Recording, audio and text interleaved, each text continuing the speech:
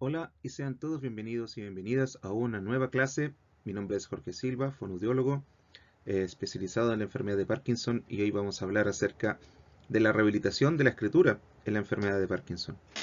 Un problema que es casi generalizado en todos los socios, usuarios, participantes que participan en la fundación que dirijo, que es la Fundación Regional de Parkinson del Maule, y que hay muy poca información disponible en español para poder rehabilitar adecuadamente, desde una perspectiva de neurorehabilitación, la escritura de las personas que presentan la enfermedad de Parkinson. Bien, un aspecto también muy importante antes de comenzar es que afortunadamente voy a mostrar algunos requisitos que tendrían que hacerse en un programa de escritura cuando se piensa en la enfermedad de Parkinson. Hay varios aspectos fundamentales. Uno es la disminución del tamaño de las letras, que tiene que ver con la percepción y con la amplitud de movimiento. El otro es el efecto del temblor al comenzar.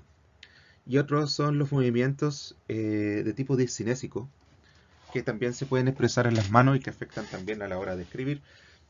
Y todo esto junto, ¿me entienden? Y que pueden frustrar a una persona y hacer que el deterioro a nivel grafomotor sea aún mayor y más fuerte su progresión con el paso del tiempo. Sin embargo, ahora sabemos que existen métodos para poder rehabilitarla. Es posible hacer que una persona vuelva a recuperar su capacidad de firmar, por ejemplo, entre el contraste con usar la huella digital, el hecho de poder aprender a escribir de forma ordenada, también es un hecho. Y entre esas cosas nosotros vamos a poder ver a lo largo de la diapositiva. Bien, hay que mencionar también un punto muy importante respecto a la importancia de leer y de escribir como un proceso cultural. Paulo Freire nos hablaba que las lecturas no son actos meramente mecánicos, sino que, por sobre todo, tienen que ver con procesos de concientización. Nunca deben estar separadas porque ellas garantizan justicia social y le restituyen al ser humano su humanidad. Lo que quiere decir, más allá de lo ideológico de Pablo Freire, es que la lectoescritura, en este caso la escritura como tal, tiene un carácter cultural que permite el funcionamiento a nivel psicosocial de las personas, no solamente a niveles biomédicos, ¿bien? Considerando que el cambio de paradigma lo hemos visualizado y está abierto también a ciertas subjetividades. Ahora, para los pacientes, los socios que pertenecen a la fe evangélica, hay que tener en cuenta que ya en la Biblia existen ciertos aspectos con la amplitud de movimiento en la comunicación. Por ejemplo, en la epístola a los Galatas, en las cartas del apóstol Pablo, hablan acerca de mirad con cuán grandes letras os escribo de mi propia mano. ¿Ven? Ese aspecto también de la notoriedad que influye en que el mensaje se entregue de una manera que todos lo puedan entender. Incluye a la persona que está, en este caso, predicando o testificando en comunión con los demás. Esto se puede trasladar a la parte secular, en el cual una persona que escribe debe estar en constante demostración de sus habilidades comunicativas en las distintas actividades que realiza a nivel social, a nivel psicosocial, a nivel ecológico y comunitario. ¿A qué nos vamos a referir con problemas de escritura en Parkinson? Tenemos que hacernos las siguientes preguntas. ¿Cuáles son las razones por las que las personas con enfermedad de Parkinson y otros tipos de parkinsonismo presentan dificultades para escribir? ¿Cuál es la evolución de la escritura de una persona con enfermedad de Parkinson? ¿Qué efectos trae a nivel social? ¿Y cuál es su impacto a nivel funcional? Bien, esta es una frase que puede dejarnos bastante impactados. La vergüenza que siente una persona con firmar con huella porque cree que los demás los van a observar como si fuese un analfabeto. En personas, sobre todo adultos mayores en este rango histórico, sienten mucha vergüenza del analfabetismo, porque ellos vivieron una época donde se combatió prácticamente de forma muy intensiva. Las personas comenzaron a escolarizarse, empezaron a aprender a leer y escribir. Se hizo muy importante a la hora de conseguir trabajo. Perteneció al diario vivir de muchas personas a lo largo de su trayecto como adultos. Si nosotros lo pensamos en base a las teorías de Erik Erikson, por ejemplo, el hecho de no poder saber escribir, de haber desaprendido la escritura, de no poder ejercerla por culpa de los síntomas motores y no motores del Parkinson, se suma también a la preocupación que tiene respecto a cómo los demás lo observan por el hecho de no saber escribir, entre comillas, porque en realidad no es que no sepan escribir, pero la gente puede interpretar que ellos no saben y hacer un juicio en torno a ello, que nosotros podemos fijar el impacto de la escritura y que es tan importante como la rehabilitación de la rigidez, como la rehabilitación de la bradicinesia o de la disfagia, etc. Bien, el término técnico para esto en medicina se llama micrografía. Es una alteración en la motricidad fina o alteraciones en la motricidad fina que repercuten en la amplitud de movimiento, o sea, la cantidad de tamaño de mi letra que se va a ver reducida. A su vez, este tipo de síntoma también se relaciona con la baja amplitud vocal, que en fonoaudiología lo vemos bastante bien con el método Lee-Silverman, donde la baja voz, la voz con muy poco volumen, tiene relación con estos problemas de escalamiento de la amplitud que presentan los usuarios con enfermedad de Parkinson. Bien, en el caso de la micrografía, perdón, nosotros comenzamos escribiendo bien, pero la letra comienza a achicarse. En cambio hay otros donde la letra pequeña es desde el inicio. Tener esa gran diferencia puede ser fundamental a la hora de hacer un plan de rehabilitación de la escritura. Hay que identificar en qué sector se encuentra.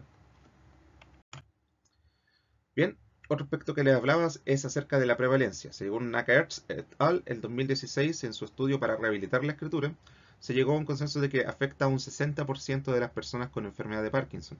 Por lo tanto, es un aspecto muy prevalente dentro de este grupo de población. Otras características tienen que ver con la variación entre escritura a copia versus libre. No son lo mismo. Las personas con Parkinson van a puntuar peor al escribir en copia que de forma libre. Otra característica es que no se relaciona con la lentitud al inicio del movimiento o bradicinesia. Por lo tanto, este aspecto, al rehabilitarlo, no va a transferirse en términos de neurorehabilitación a la escritura. Para la escritura libre, a nivel neurofisiológico hubo menos activación de la corteza cingulada media derecha, que es la zona donde se inicia la red de saliència del cuerpo, que es la que nos mantiene atentos a los movimientos y que nos permite interpretarlos de manera emocional. Bien, esta zona de por sí es muy afectada por la enfermedad de Parkinson, no solamente a nivel de escritura, sino que también a nivel de motricidad orofacial. En cambio, para la copia, la menor activación ocurrió en el giro occipital superior derecho. O sea, esto ya tiene que ver con problemas que no solo son motores y no motores, sino que también dentro de lo no motor vamos a encontrar problemas de nivel perceptual, más neuropsicológico. Bien, según ellos, la probable causa de la micrografía en escritura libre vendría siendo la dificultad en monitorear cuándo los movimientos de escritura son deseables para poder mantener el tamaño de las letras, que es lo que hablamos al inicio. ¿Y qué pasa con la copia? Bueno, aquí va a predominar una falta de información visual sobre la escritura propia y de los movimientos de manos que son usados como pistas para mantener el tamaño. Aquí se pierden de vista la capacidad de las personas de poder ocupar su letra como una pista para poder seguir escribiendo en carril. Y otro punto también tiene que ver con la poca valoración que existe a nivel cortical sobre la escritura propia, porque esos mecanismos que nos mantenían atentos, tales como la propriocepción y la integración en el área motora suplementaria, al momento de coordinar con la mano y ojo, van a existir problemas de información visual que no se van a procesar tan bien y que van a repercutir en que uno no se dé cuenta cuando esté escribiendo en pequeño. Es como lo que le pasa a los niños cuando recién comienzan a escribir y están escribiendo y suben o bajan el cerro. Es algo parecido, aunque no es lo mismo. Pero en el fondo, esa dificultad al momento de procesar la percepción visual o grafomotor en este caso, es lo que va a impedir que nosotros nos mantengamos con una escritura uniforme y recta, cosa que en el Parkinson se ve muy afectado. Otras características tienen que ver con que existe movimiento repetitivo de los dedos y eso va a afectar también la escritura. Va a generar un impacto en la motricidad fina que está sobre todo relacionada con el dibujo. Es una oscilación, un temblor de hasta 2 veces por segundo, no es el mismo temblor de 4 o 5 Hz que tienen por lo general los miembros superior e inferior en Parkinson. Tiene diferentes mecanismos de control motor que pueden desempeñar un papel en la realización de tareas motoras finas, o sea, hay distintos lugares que están afectados. En las personas que no se apresuran al tratar de dibujar un círculo, el ancho de este puede variar mucho. Y también se relaciona, y ojo también, como lo vimos con vos, con que también se relaciona con la dificultad para poder abotonarse. Por lo tanto, esto también va a tener repercusión en que si nosotros intervenimos una, podemos llegar a ver transferencias en otra de las zonas, al menos en el caso de abotonarse. Bien, o podemos encontrar que existe un factor común en la medición de la amplitud de movimiento en el Parkinson para poder iniciar tareas o mantenerlas. La medicación puede mejorar la velocidad del movimiento al escribir, pero no mejora la amplitud. Y con esto confirmamos que no es un asunto meramente motor, sino que no motor también. También los problemas dopaminérgicos pueden afectar la consolidación de la memoria. O sea, los problemas que surgen por el déficit de dopamina, que es un neurotransmisor el que provoca los síntomas de la enfermedad de Parkinson cuando hay muy poca en el cerebro. Por lo tanto, el aprendizaje motor que uno encontraría al momento de tratar de escribir bien también se va a ver afectado. Sin embargo, escribir con pistas visuales, funciona a corto plazo, o sea, puede servir para poder salir del paso, pero lamentablemente no se transfiere, porque sin la pista, van a volver a empeorar su escritura. Las alteraciones a nivel de putamen están directamente relacionadas con la escritura. El putamen es un ganglio basal que se ve muy afectado por la enfermedad de Parkinson y es donde llegan las zonas de aferencia y eferencia sensitivas y motoras. Por lo tanto, el putamen, al monitorear los movimientos coordinados y aprendidos de la escritura, se va a ver afectado. Entonces llegamos a la pregunta de cómo podemos evaluar. Hay que hacer un recuento. Hay apenas una sola evaluación de motricidad fina en escritura en el UPDRS, que es es uno de los instrumentos que permite ayudar al diagnóstico de Parkinson, la escala unificada, y no es en dibujo o escritura directamente. Por lo tanto, las pesquisas normalmente tienen en cuenta la observación directa por parte del profesional y el criterio entre uno y otro puede variar bastante. La UPDRS y la escala Hoehn-Yahr, la clásica escala de severidad del Parkinson, tienen una precisión limitada para cuantificar las habilidades motoras de miembros superiores. O sea, lo que se trata de brazos, manos, es más ambigua su relación con la severidad del Parkinson. Por lo tanto, no se pueden llegar a hacer buenas correlaciones. Según Smith et al., en 2014, se citan algunos autores que utilizaron ciertas pruebas, por ejemplo, Bajak y colegas, donde utilizaron muestras manuscritas para diferenciar a los pacientes con enfermedad de Parkinson después de los pacientes con otros temblores. O sea, hablamos de temblores como el del temblor esencial, la enfermedad de Huntington, la enfermedad de Wilson, la ataxia, etc. Broderick y colegas en 2009 hicieron un estudio tanto de la micrografía como de la bradicinesia, pero el hombro y el codo de los participantes estaban fijados, lo que resultó en movimientos restringidos y bastante antinaturales. Y Rosenblum et al. También utilizaron la escritura a mano para distinguir el Parkinson de controles sanos. Analizaron la velocidad de movimiento y el tamaño de la escritura, pero no evaluaron el temblor. La mayoría de ellos se centró solo en uno de los síntomas motores del Parkinson, y ninguno de estos estudios incluyó una tarea para medir el temblor en reposo. En cambio, Smith consideró todos estos factores para poder hacer su evaluación. Algunos ejemplos que utilizó fueron que el usuario hiciera un círculo que comenzaba acá en esta cruz y diera una vuelta donde la circunferencia tuviera 120 milímetros de diámetro. En otro tenían que hacer un relojito donde tenían que hacer, siguiendo los vectores, arriba y abajo, en 8 direcciones, que tuvieran en total hasta el centro de 100 milímetros. Y por último, utilizaron una espiral que el usuario tenía que dibujar manteniendo un espacio de 12 milímetros entre una vuelta y otra para hacer un total de diámetro de 120 milímetros. Esa fue una de las formas que utilizaron para poder escribir. Otro punto tiene que ver con la escritura manuscrita de él. Si yo hago acá, por ejemplo, y quiero hacer un él, tendría que... Claro, pero una persona con Parkinson podría hacerlo así. O así. Aunque no es tan disinérgico, por decirlo así. Claro, y va a empezar a escribir de manera más corta. Y ojo, cuando lo hagan no lo van a poder no se van a dar cuenta que lo están haciendo. Por lo tanto, esta, como tiene una cantidad importante de vueltas, va a mantener el foco atencional en escribir. Bien.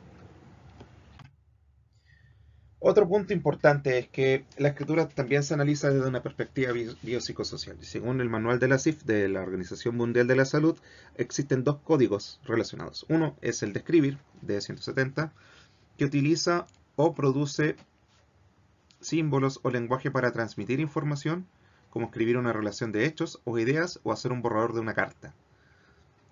También está el aspecto de aprender a escribir, de 145, que en algún otro momento podríamos observar. Y el otro es el de 345, que tiene que ver con los mensajes escritos, que indican expresar mediante el lenguaje escrito mensajes con significado literal e implícito, como escribir una carta a un amigo. Estos dos aspectos son los que están más afectados a nivel biopsicosocial, en relación con la escritura y que se observan en la enfermedad de Parkinson. Pero existen otros más que tienen que ver en relación con la comunicación. Nosotros, en este caso, nos enfocamos en describir los que están más directamente afectados, que serían estos dos códigos. En resumen, los síntomas de Parkinson que afectan la escritura son el temblor en reposo, la rigidez. Tenemos cuestionado el tema de la bradicinesia, pero debemos tener en consideración también que el inicio de los movimientos puede verse afectado. Hay autores que dicen que sí y autores que no. Problemas para poder reconocer la intensidad o la amplitud de las letras y problemas para poder reconocer el ritmo. Las personas con Parkinson también tienen problemas para poder guiarse a través de pistas con ritmos, pero cuando se combinan con otras tareas, se restablece esto. Van a haber fallas en la atención visual, producto con estas alteraciones que existen a nivel insular y de corteza cingulada anterior en el sistema límbico, que van a hacer que la atención visual, que no es consciente, vaya a tornarse empeorada.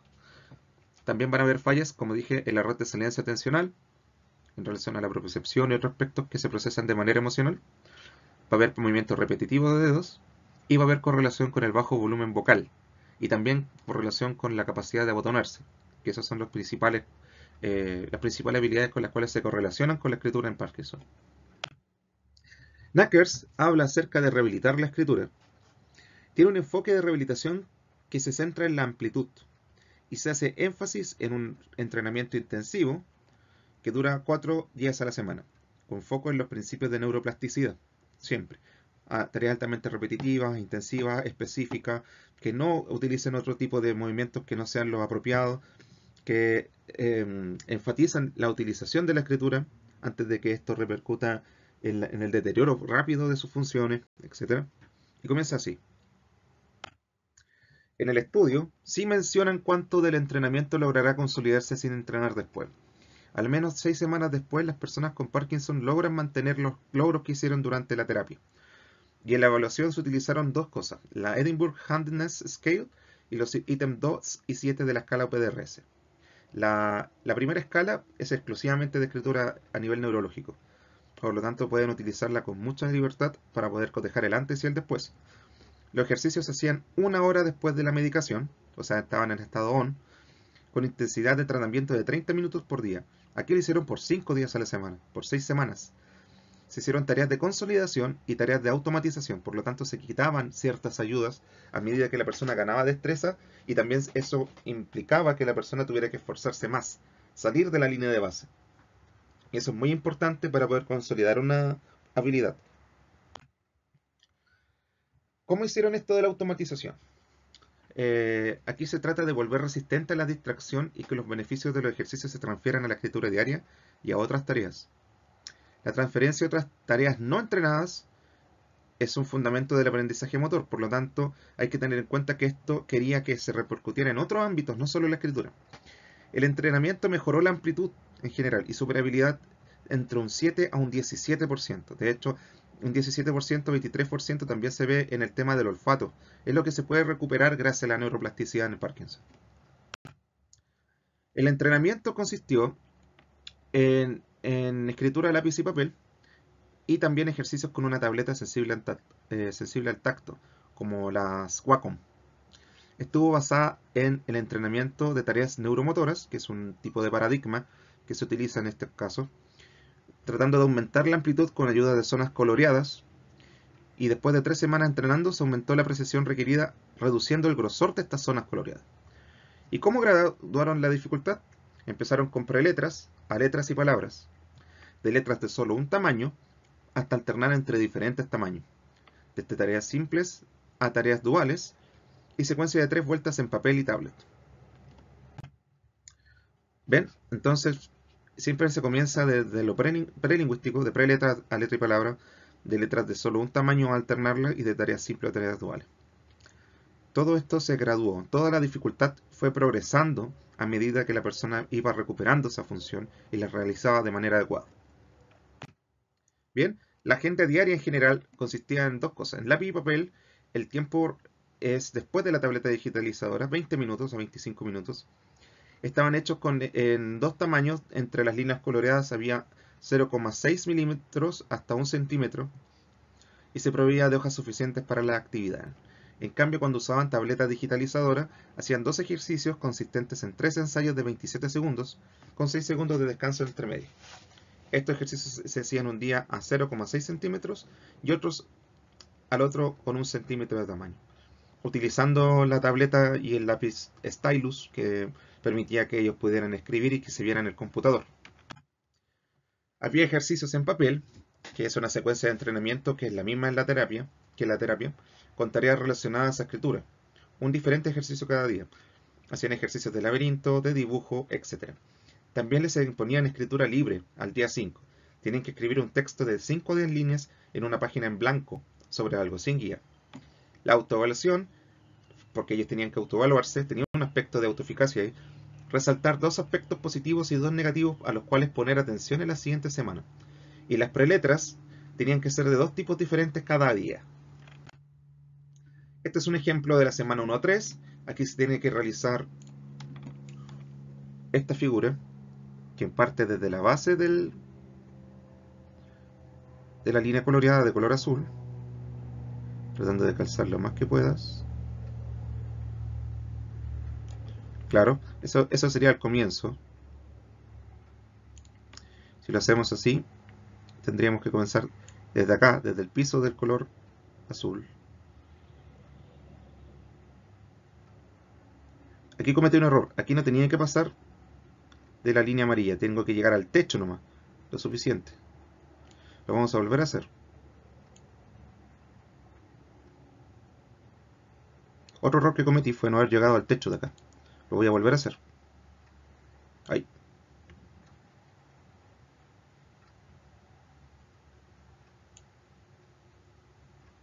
Ay.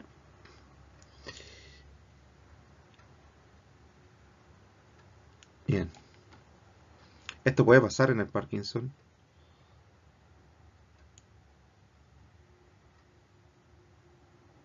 Pero miren el control que uno puede llegar. Cuando pone atención, yo estoy poniendo atención ahora a la segunda barra.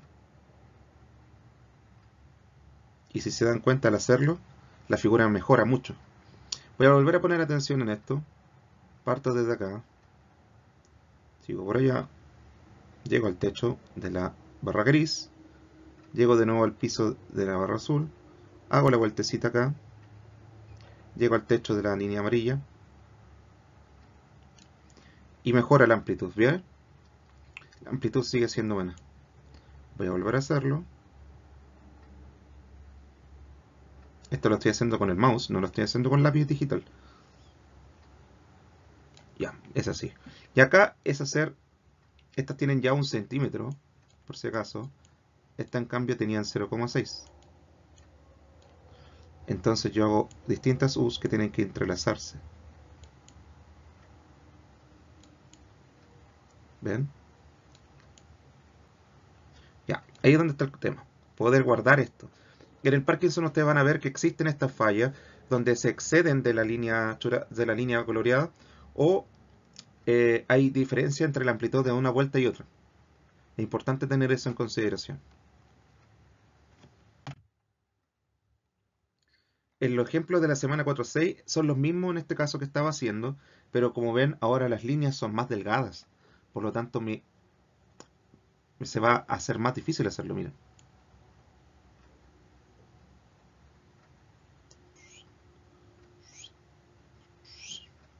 Bien, otra vez.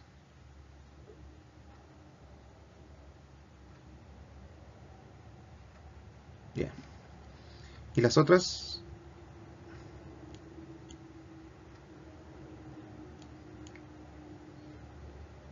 recuerden que pueden hacerse con preletras también.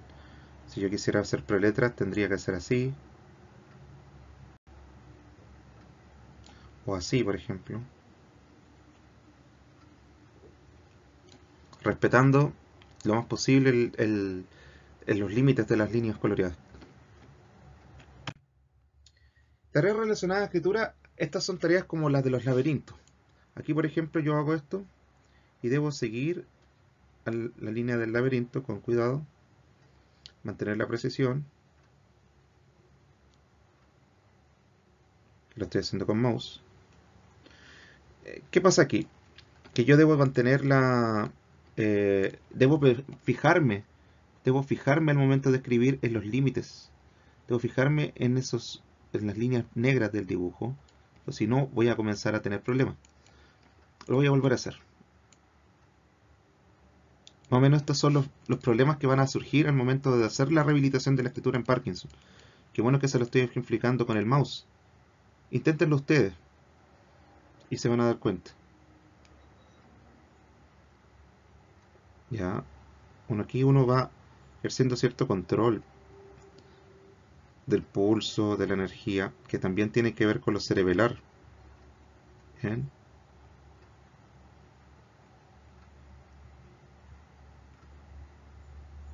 Ahí, hasta llegar ahí. Y en el caso de la X, se hace de esta forma. Se achura. Se achura, se comienzan a achurar desde acá, desde la base, de acá. ¿Ah?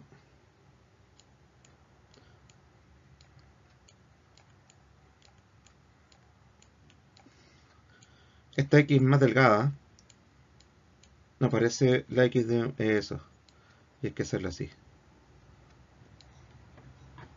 Y no tienen que pasar de la línea, que es otro punto importante. ¿Bien? Conclusiones.